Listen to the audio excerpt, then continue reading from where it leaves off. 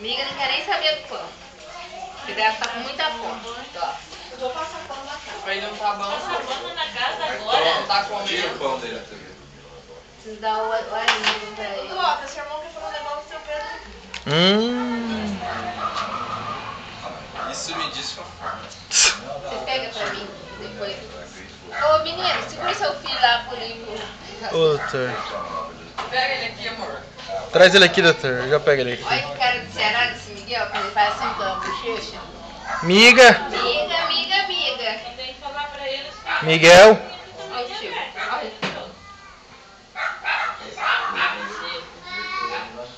Ele é o Alejandro da Lady Gaga? O Alejandro. Alejandro. Tchau. Mas aí você tá, não tô dormindo não, diz o resto.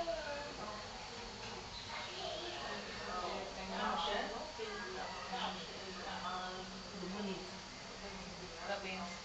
Você pega de morte. A tia Dora tá solteira a partir de hoje. Você vai dormir lá em casa. Quem?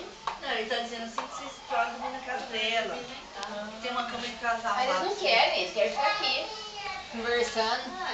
Não, uai, mas eles podem estar conversando até a hora que eles quiserem, que a casa fica aberta. Ah, então por que não deve ser aqui, nós já fica todo mundo?